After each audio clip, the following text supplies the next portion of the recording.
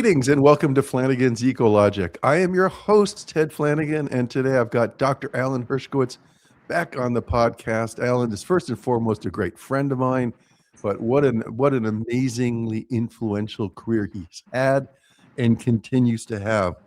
He was on the podcast in March of 2022, 4 years ago.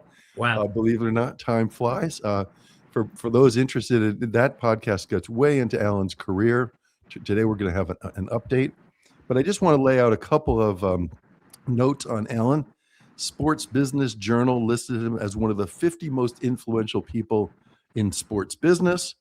He's also been known as the 60 most powerful people in sports. The Green Sports blog said it is no exaggeration to say that Dr. Hershkowitz is the most consequential environmentalist in the history of North American sports. We're going to be talking about climate and sports. Alan is the guy. Alan, great to see you. Thanks for having me, Ted. It's great to see you. And what are you working on this week? What is hot in your career right now?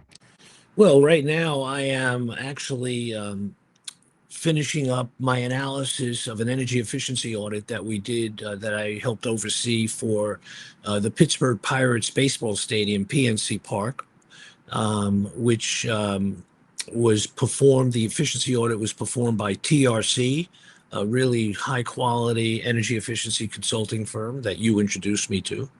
I am working on getting an efficiency audit done for the Yankees. We had an ASHRAE level 2 efficiency audit. We had a less comprehensive efficiency audit done at Yankee Stadium in 2017, but we're looking to ramp it up.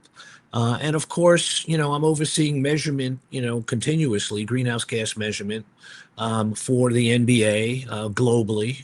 We're harmonizing our data gathering. The NBA has 16 offices around the world, and it has events in the Middle East and in Europe and in North America. So harmonizing data gathering using the same type of metrics and emission factors, is a challenge. Takes us actually almost 2 years to measure one season's worth of NBA activities. And next week I'm heading out to Paris for the French Open. I have worked this past January and February. I was out in Australia for the Australian Open. I helped create the Sport Environment Alliance out in Australia with my friend Sheila Nguyen. And now the Australian Open is, Australian Open, the French Open, and really Wimbledon. When Billie Jean King and I started the environmental program for the U.S. Tennis Association, my dream was that all the Grand Slam events would replicate what Billie and I created in the United States for the U.S. Tennis Association, and that has happened. So Wimbledon, actually, I was at a tour of the Wimbledon site last October.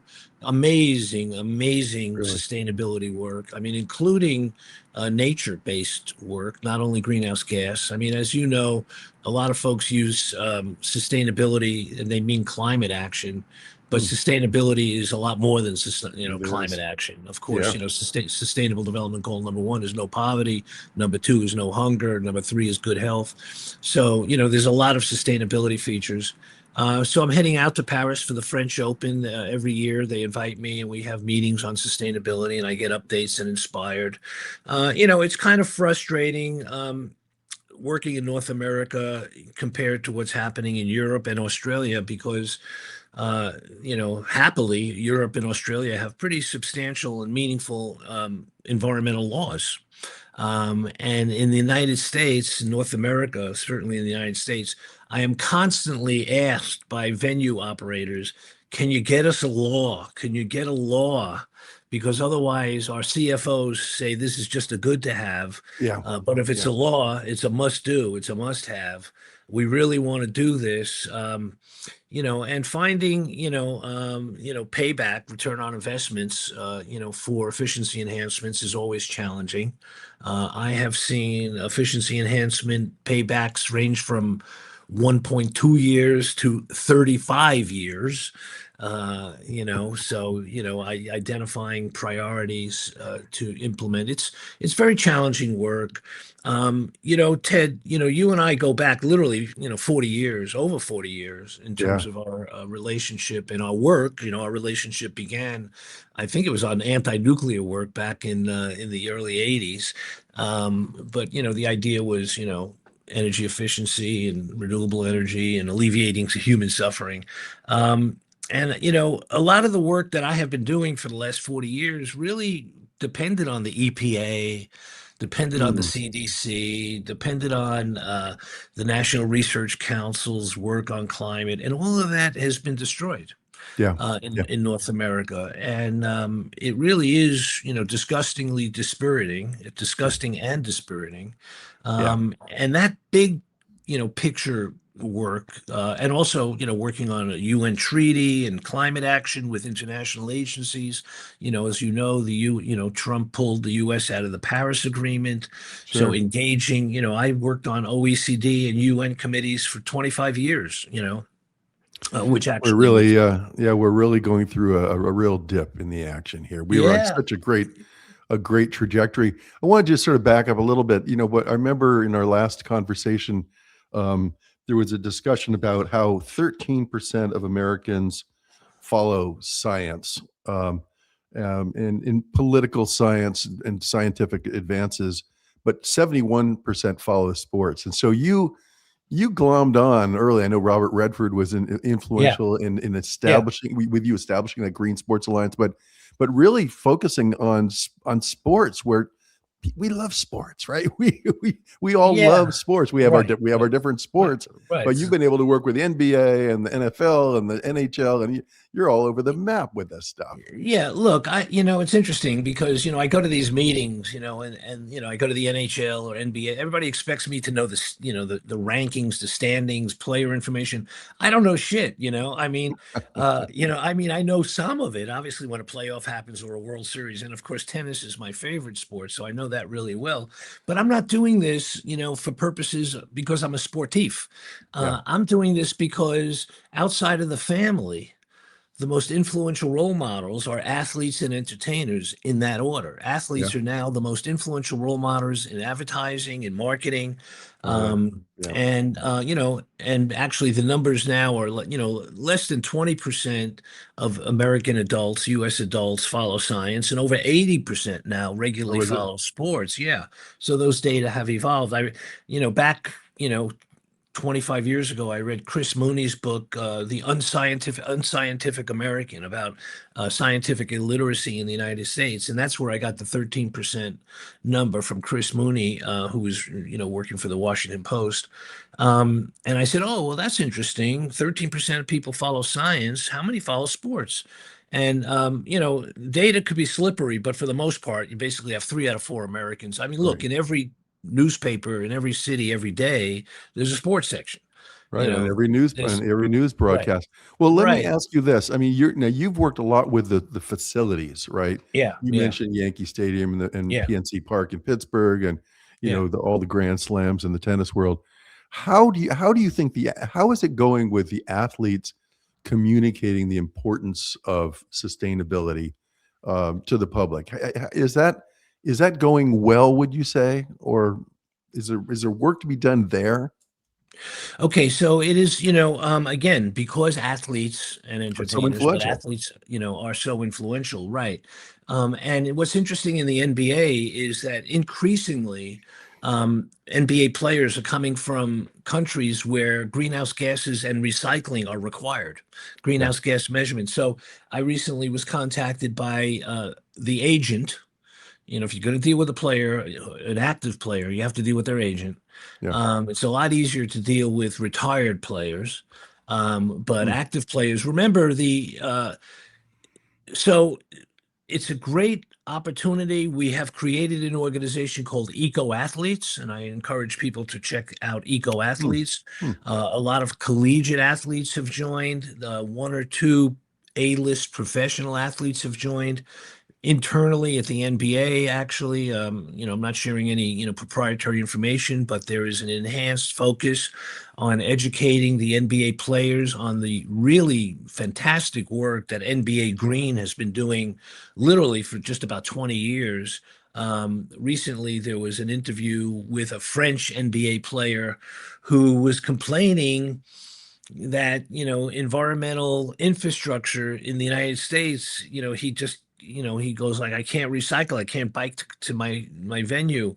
I Yeah. mean, there was a lot that he didn't know that was happening, so we decided to really prioritize player education. Yeah. um yeah, I mean, look,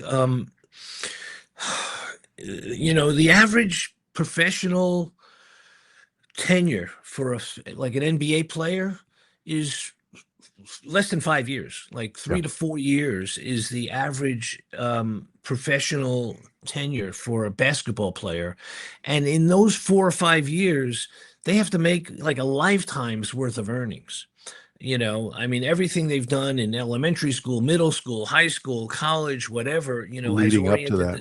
Yeah. leading up to the NBA. But then that, not everybody's like a LeBron James or a Steph Curry or whomever, who are in there for years. Most are not. As a consequence, their advertisers and, their revenue is not really being filtered by environmental priority so much as it is by revenue. Yeah. So you're Yeah. seeing them more, advertise pizza and cars and banks and credit cards, and not so much, solar or bicycles or Amtrak, Yeah. But it's definitely on the agenda of activists. Right now, it's interesting, Ted, because I would say that environmental work in the sport sector, the sport industry, which is a, like Massive. trillion-dollar, Right. enormous industry, Yeah. is probably, the environmental work in that sector, I would argue right now, is more vibrant than any other sector, more so than in finance, That's more great. so. I mean, obviously in real estate, for the most part, because of, energy costs, doing things with energy efficiency makes a lot of sense, but it also makes a lot of sense for venues and whatnot. So, and fan education, fan transportation, getting fans to and broadcast. Another big thing is broadcast impacts, greenhouse gas impacts associated with broadcasting. That's all moving forward. So Hmm. you got to use every tool in the toolbox. When I first started doing this, all I wanted was to get the commissioner of the national pastime, the commissioner of baseball. Yeah. This was 2004, 2005, to say climate change is real. Because you remember very well, and I do, how back then the Bush Cheney administration was trying to cast doubt on climate science. And they were making it a political thing. And I said, well, if I could get the commissioner of baseball to say climate change matters, which we did. He actually took me by the shoulders, Bud Selig, when he But yeah. retired. I Yeah. wrote an article about the greatest environmentalist in the history of sports. Bud Selig was a great environmentalist. His wife, his kids, his two daughters, really great environmentalist. And he said climate change matters to baseball. And I said, oh, well, that's the holy grail. And then we got, Billie Jean King, and we got the NBA and Major League Soccer and the National Hockey League. And now every sport commissioner, every sport league, and virtually every venue in North America, almost around the world, has a sustainability program. That's fantastic. And that message to the supply chain, Yeah. because as you know, 98% of a product's impacts happen before you open the package. So, influencing the supply chain, and the supply chain of sports, it's probably more diverse than any other sector: paper, textiles, plastics, water, transportation, food, agricultural impacts. All of those industries are either suppliers or sponsors of sports. So if the New York Yankees hold an on-field ceremony with the UN, which they did, to Hmm. announce their commitment to the UN climate pledge and the Paris Agreement, okay, the Yankees are on record supporters of the Paris Agreement. As recently as this April, they Yeah. issued a statement in support of the Paris Agreement, which, as you know, the current administration has pulled the U.S. out of it. Sure. On the day that the president pulled the U.S. out of the Paris Agreement, the Yankees issued their sustainability media guide, which had as item number one their commitment to the Paris Agreement. So, look, Most. Alan, which of the leagues would you say is leading in terms of sustainability? Or it sounds like they're all very active, thanks Yeah, to you in large part. yeah. Look, they all have some level of activity. I have been advised virtually by every commissioner saying, please don't rank us. Please don't rank Oh, teams. okay, okay, And yeah, remember, I mean, and I can give you, I mean, look, the NBA program I think is really up there in the best of the world. Okay. really. I think it actually in complexity and scope, I think it exceeds the Olympics. And as we're going to Hmm. talk about, In the shortly in Olympics, terms of yeah, LA 2028, the Olympics, are a gold standard in sustainability planning and thinking and action. They have changed the Olympics, 2012 guidelines on event production have changed the way sports events happen internationally. Unfortunately, it does not apply easily to FIFA, which we're going to talk about. Um, but you know, you have different temperatures, different weather patterns. I mean, what's happening in Orlando is different than what's happening in Seattle. What's hmm. happening in LA is different than what's happening in New York. And the franchises Also, are individually owned, so the yeah, league can't for the most impose right, for the most part they are. regulations. Yeah, for the most part they are, and the ecological infrastructure of the host Yeah, community. So in San Francisco, the Chase Center and the Warriors or the San Francisco Giants and AT&T Stadium, they always achieve the highest marks for recycling. Because San Francisco has such a great recycling and composting and green infrastructure. power, I'm sure. Yeah, sure. Right. I mean, a big challenge for LA 28, a big challenge at the Intuit Dome for the Clippers, a big Yeah. challenge at the Crypto.com for the Lakers, a big challenge at SoFi Stadium is the absence of a really, robust recycling and composting infrastructure in Southern California. A lot of people don't realize how limited the composting and recycling infrastructure is in like Inglewood and Southern California areas. Mm. You live there, so but up here in New York, I mean, we have very robust, recycle. The Yankees are routinely achieving, 80 to 90, well, 75 to 85% diversion, from landfills and incinerators because we have such a good, That's awesome. Awesome. infrastructure. So, but look, the NBA is doing great. Major League Soccer, has a program. The Major League Baseball is now measuring every team in Major League Baseball is now measuring greenhouse gases. The USTA, the U.S. Tennis Association, it's got renewable energy, it's got on-site solar, it's, you know, Yeah. great diversion programs. And the NFL, is much more federated in terms of each venue doing its own thing. But they are doing it. Yeah. So Let's talk FIFA. What is that? The yeah, Federation International of Football Association.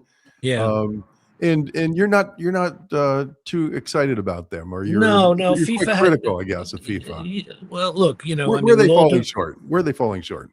well, look, first of all, let me just say that I happen to know, Federico and Christian, the people who run sustainability at FIFA and, incredibly committed individuals. So let me just give a shout out to the, intentions Yeah, of the folks who hold those positions. sure. But FIFA, has actually a very bad, legacy with regards to sustainability. It has often overstated its accomplishments. In fact, what it claimed in terms of greenhouse gas reduction for the most recent Qatar World Cup, Mm, was, academics measured it and said they are off by over, 50%. mm, They also were claiming to be carbon neutral, and no one could be carbon neutral. No one, I mean, much less, FIFA's, and of course they built, in Qatar, they built new stadiums. yeah, Um, the transportation impacts international travel. Um, for the most part, and now we're going to have FIFA in North America, and it is projected to be the most environmentally impacting sport event in history. And that's certainly going to be true from a greenhouse gas perspective. And look, here's the thing. In Hmm. terms of framing our expectations about the North American World Cup, the good news is for the most part they're not building new stadiums like they did in Qatar. Yeah. So they're using existing venue infrastructure. That's good. But remember, FIFA's coming in for what, 6 weeks, 2 months. Do you think that AT&T Stadium or MetLife Stadium or the Intuit SoFi that they're going to totally change the host community infrastructure and operations for a few games? Hmm. In fact, I think it's Kaufman Stadium or one of the stadiums is going to host the most amount of games, 7.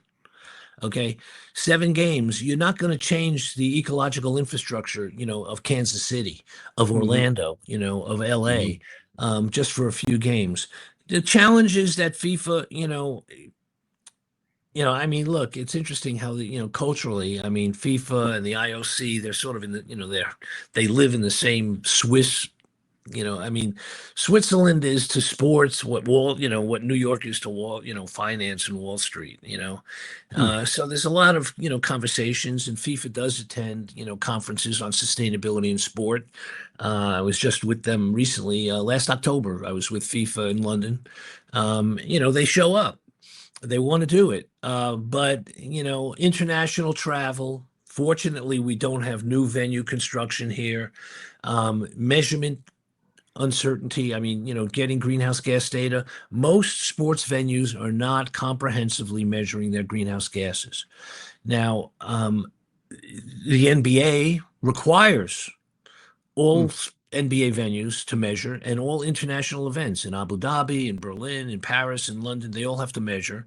And harmonizing those data and gathering those data is complicated. Yeah. Um, with FIFA, measurement began a while back. Actually, I think the first time FIFA tried to measure greenhouse gases was really 20 years ago with the German World when Germany hosted it.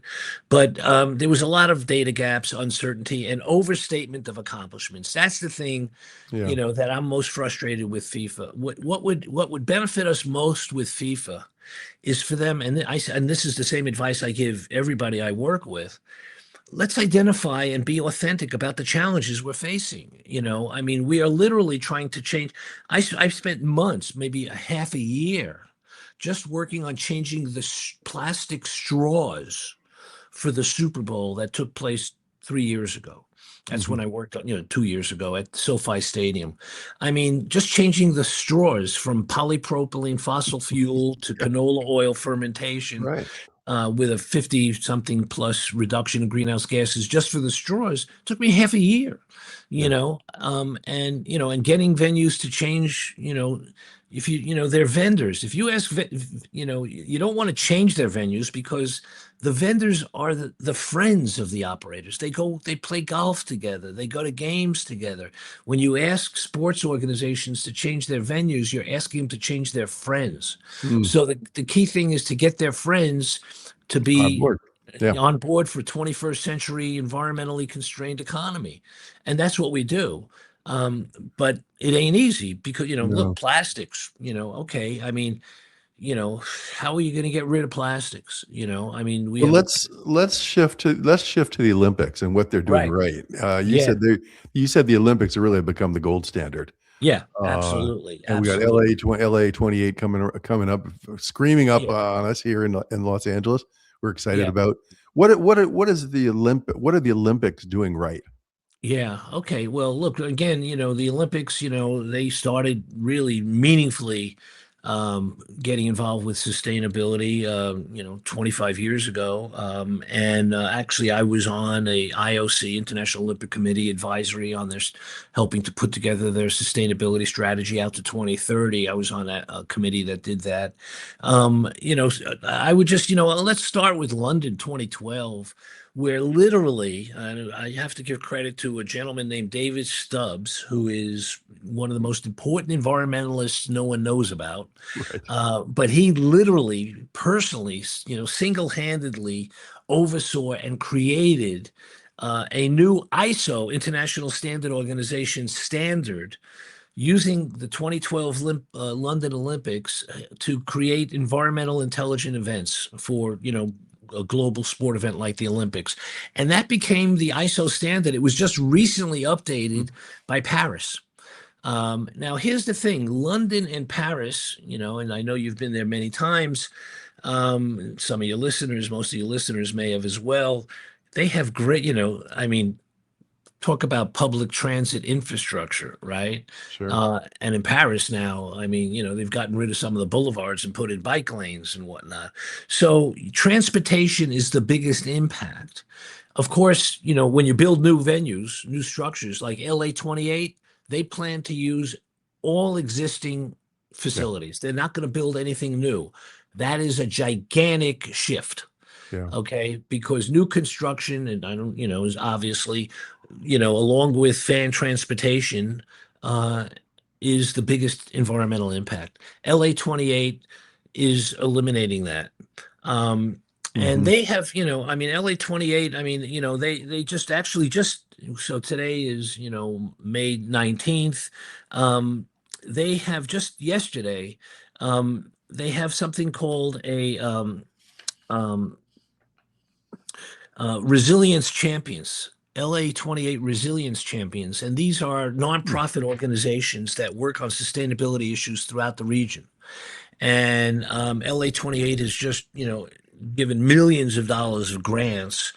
This is a legacy stuff. Okay. The challenge with Olympics very often is legacy. What happens to the venues they build after Afterwards. the Olympics Yeah. leave? I remember back in the early 70s, I drove to Montreal, and, they had, venues that were not being used because they were used for, one event. Yeah. That's not happening in LA. So LA is working with local nonprofits, sustainability-oriented nonprofits. They have a partnership with the LA Clean Tech Incubator so that whatever they're Hmm. developing actually will be able to be spread throughout the region. Legacy is has Interesting. been the big challenge for the Olympics. What is the legacy that's actually left? And Hmm. and the Olympics has one of the, I mean, Maria Salwa, Michelle Lemaitre, Julie Doofus. They have an incredible team actually based out of Switzerland that's overseeing. I mean, sustainability at the Olympics is the real deal. And LA, look, LA, they want, I mean, the big, Achilles heel in Los Angeles is, transportation. They plan to use electric buses, electric shuttles for players and to some degree for fans and whatnot. But, in terms of procurement, I mean, I would say they're leaving no stone unturned. That's great. LA Great. 28, and they have a really, the people that they hired, um, you know, I'm not going to name names, but I can, Hmm. to do this work. Um, some of the best sustainability, these are very experienced sustainability experts. The nice thing about California is you have state laws mandating measurement. You have the California Air Resources Board that is, paying attention to every procurement and operational decision that's taking place. So yeah, LA 28 is, and it benefits from the lessons of London and Paris. In fact, just this year, 2026, a brand new event, ISO event um, and sustainability event management guideline was issued based on Paris, Yeah. which LA 28 now has to comply with. Remember, the Olympics historically have not had a lot of leverage to mandate investments and changes in the host community. But increasingly now, the criteria for selection incorporates sustainability criteria because that was an Achilles heel. I mean, that's why, people are suggesting don't have the Olympics go from one country to another, just have it in one place. So Yeah. use the same venues and build up the ecological infrastructure for that, Olympic host city. Like the That's still, original, like the original Olympiad in, hello, in right. Greece. Right? Hello, right. Yeah. So, yeah. Well, Um, that's really, really fantastic news. I'm how do you how do you Alan, how do you keep up? You a couple of years ago you just won this new award, the first recipient of the Sports Positive Summit Sustainability Leadership Award. You're just firing off on all cylinders. you Where are you know, getting all this energy to do this? you know, it's a spiritual mission for me. What can I say? Yeah. I find, first of all, I love reading. I'm either reading, writing, or speaking. Okay. I need A to get, man of words. I got to get back into the ukulele that I was practicing. I'd love to get into some gardening. Um, But yeah. you're And thriving. You're thriving on it all. yeah. And look, especially now, there's nothing more meaningful than trying to help alleviate human suffering. And I have to tell you that I go to a lot of meetings with vendors, and they want to sell us a new dashboard for data management, or they want to sell a new chiller, for energy efficiency. And at the end of the meeting, I always offer them a blessing. And I say, I just want to, offer you some blessings for your efforts to try to help alleviate human suffering. And you know what? Most of them don't even think of their work in that context. Yeah. Yeah. They think they're trying to sell a product, Sure. Sure. but the product is going to be environmentally beneficial. Look, I have followed my bliss. I practice Buddhism mostly. I come from a family that had suffered through, concentration camps, and actually, horrible things. And my heart opened up. I haven't, I love helping people, and I love this work, and I work with good people. Toxic people, I get them out of my life. Unpleasant companions, goodbye. I don't work with climate deniers. There are some climate delayers, who just, getting back to like, the financial, Sure. investments. Remember, sports is not in the business to save the planet. Sports is a business. Yeah. And a lot of folks think sports is very rich because players have all these big salary packages, but that's not true at the operational level for the venue. Yeah. You're, yeah. More or less, my guideline is anything over $1,000, I got to produce an ROI. And if the ROI is more than 5 years, it ain't happening. Yeah. There are those With realities. yeah, with few exceptions, but they're rare. Yeah. Alan, golly, thanks so much for what you've done, what you're doing. Thanks for taking some time today to educate our listeners and update our listeners. And again, I'm going to give a shout out to that episode in March of 2022, where we really go back into your family structure and your life, and which really led to all this terrific activity that you've talked Right, about today. So thanks right. so much. Yeah, well, Ted, you've been a star I've navigated by. Whenever, there's no reason why your listeners would know this, but you are one of the top energy experts in the country, in the world, and somebody that, that I rely on. And in fact, the energy efficiency audits that I have been overseeing, the companies I hired came because of your recommendations. So I just want to thank you, Right. for being the wonderful humanitarian and friend. The fact that you play guitar and now you sing in a chorus and you're doing energy efficiency work and you're doing humanitarian work. So right back at you in All terms right. of, All right. You're being yeah. overly kind. I can't No, handle I'm it. telling you the truth. I'm telling the truth. I'm telling the truth. That's it. That's as simple as it is. You could just say thank you for the acknowledgement, but it's all true.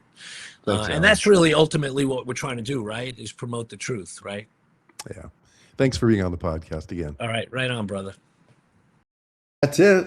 Thanks for listening to Flanigan's EcoLogic. We'll see you next time.